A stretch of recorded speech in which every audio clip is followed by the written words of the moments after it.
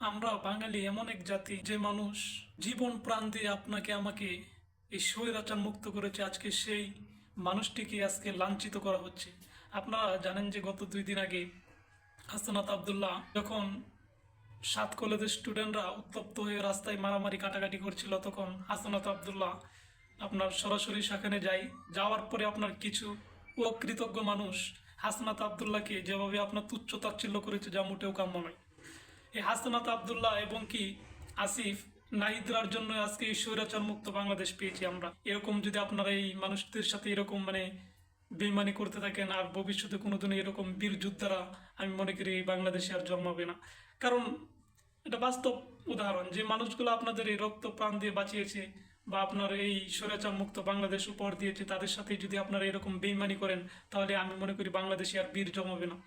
তাই বলতে চাই, এইগুলা কাজ করা থেকে সবসময় বিরত থাকবেন, আর এই রত্নগুলাকে সবাই সঠিক প্রতিদান দেবেন, এই বলে আমার কথা শেষ করলাম। আল্লাহ হাফেজ।